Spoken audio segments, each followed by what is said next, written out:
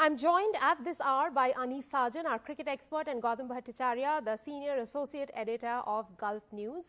Gautam, let me start with you. Rahul Dravid doing Rahul Dravid things, saying that even though we have won the series 3-0, we have to be realistic about it.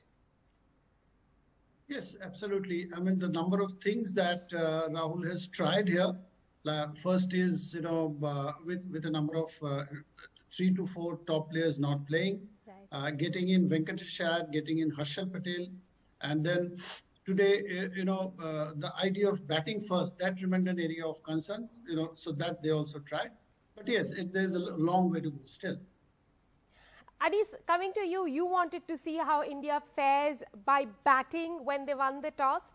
The result tonight was a 73-run win. Would you say toss is overrated? Not really, Rika. We have decided to bat first after we won the series, so there was nothing to lose for India. You got to bat first when the chips are down. And if I would have been happy, see, you can't complain when you win 3-0. Like I mentioned during the pre-show before the series has started, that this would be a 3-0 in India's favor. So I'm quite happy about it. But if I know this was Rohit Sharma's as well as Dravid's first series as coach and captain, so they wanted to win and make sure. That's why they decided to take this call of batting first in the third game. But in the next series going forward, whether we play abroad or whether we play India, we need to start setting that template of batting first in whatever conditions we play. Gautam, what did you think about the template tonight? Well, I mean, there is a bit of clear thinking here. I mean, the number of slots that we were trying to, India trying to kind of get in place. One is, of course, that batting first thing, which Anis very rightly commented on. I mean, 2-0 up, so they have tried it, which is fine.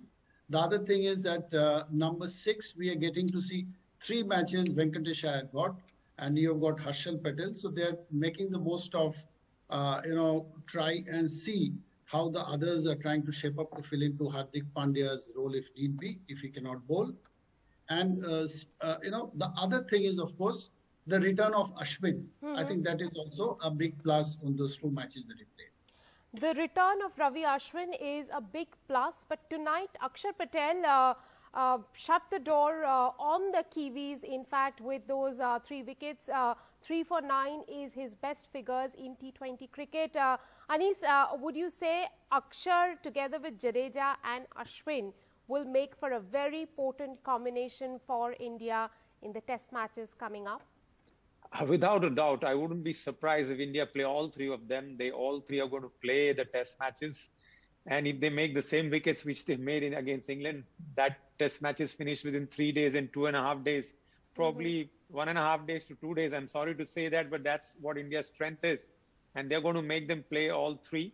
But I just want to add one point. I know we are running out of time, but India's middle order has still not lived up to the expectation. The engine room fires, which is Rohit Sharma or the Rahuls. Right. But come 4, 5, 6, we have failed again. We talk about Rishabh Pant, we talk about Shreyas Iyer.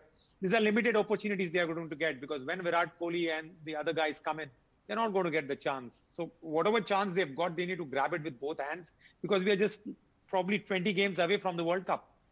Right, but tonight we did see Deepak Chahar come in and play a cameo. But he's not your main player. He's not the guy you are expecting to score. He's your bowler, like you're talking about, like a Shardul Thakur. You want your 4, 5, 6 when you're chasing a target or when you're setting a target to put up that 180, my dear Rika. So, Gautam, would you say that from this win, the lesson really for India going forward is to have batters now who can bat deep? We can, so that, we can win games, we can win tight games.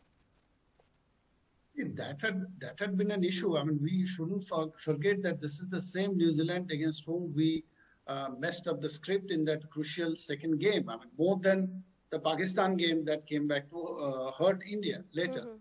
And they have come back, as Rahul very rightly gave a reality check, playing the World Cup final and being here 3 days later. They were playing a one-day international in front of a big crowd. And I was quite surprised to see that, I mean, they needed to look beyond Bolt and Saudi, really. I mean, today is the day when Saudi was rested, but these are your prime bowlers, and the test series is also coming up.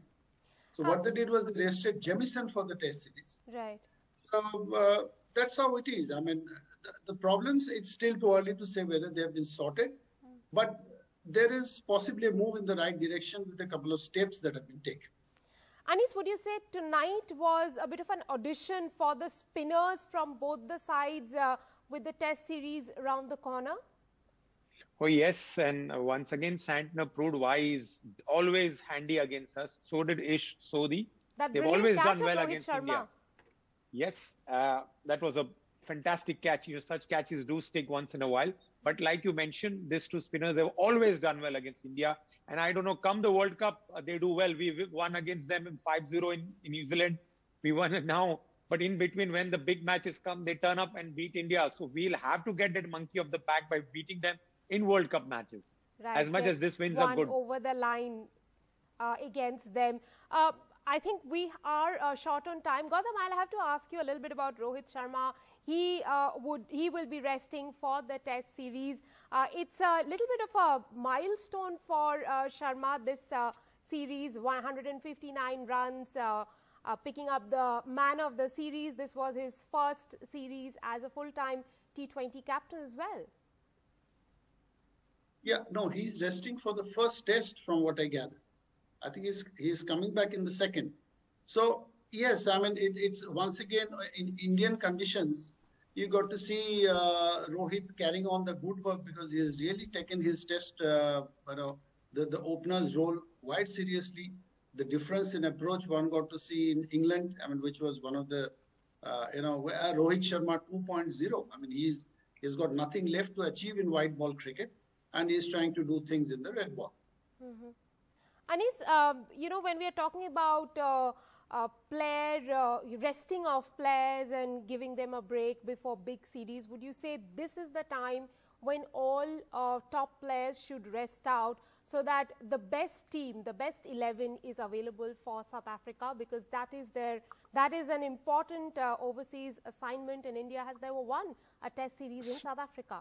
Spot on, Rika. I'm glad you mentioned this, and I hope the BCCI and the selectors are thinking about it, because what is your target is to beat South Africa, who have never won a series. So you give the guys like the Virat Kohlis or the Rohit Sharma enough break. I am saying today, Shami was in my office and he mentioned since last 6 months they're on the road and in a bio bubble, and the fatigue which is caught up with them is not easy. So it is the same with the Rohit Sharmas and the Virat Kohlis. They have been playing non-stop cricket.